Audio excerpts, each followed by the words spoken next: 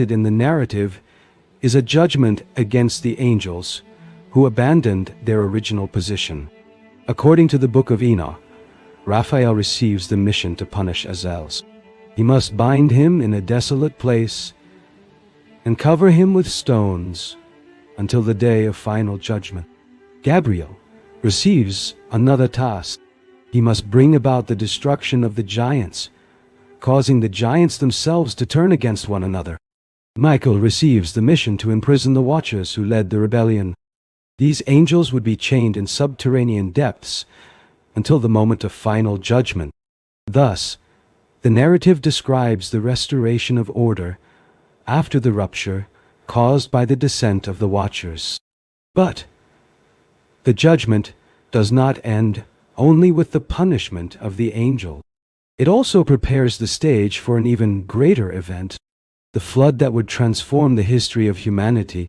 After describing the punishment of the Watchers, the Book of Enoch presents a decisive moment in human history. According to the text, the corruption caused by the giants and by the forbidden knowledge had reached an extreme level. Violence spread across the entire earth. In this context, God announces that humanity will face a great judgment. This judgment also appears in the book of Genesis.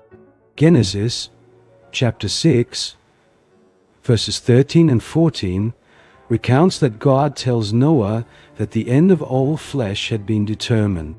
The earth was filled with violence. Therefore, it would be purified by a great flood.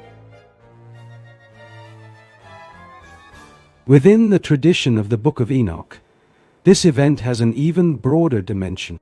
The flood would not only be a response to human corruption, it would also be related to the consequences of the rebellion of the Watchers.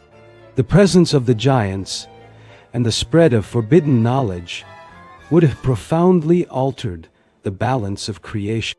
Thus, the flood appears in the narrative as an act of restoration, an attempt to begin again, a moment in which the order of the world would be rebuilt after a period of great disorder.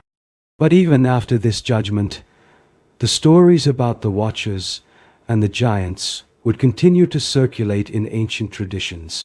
These narratives pass through centuries and remain preserved in manuscripts that still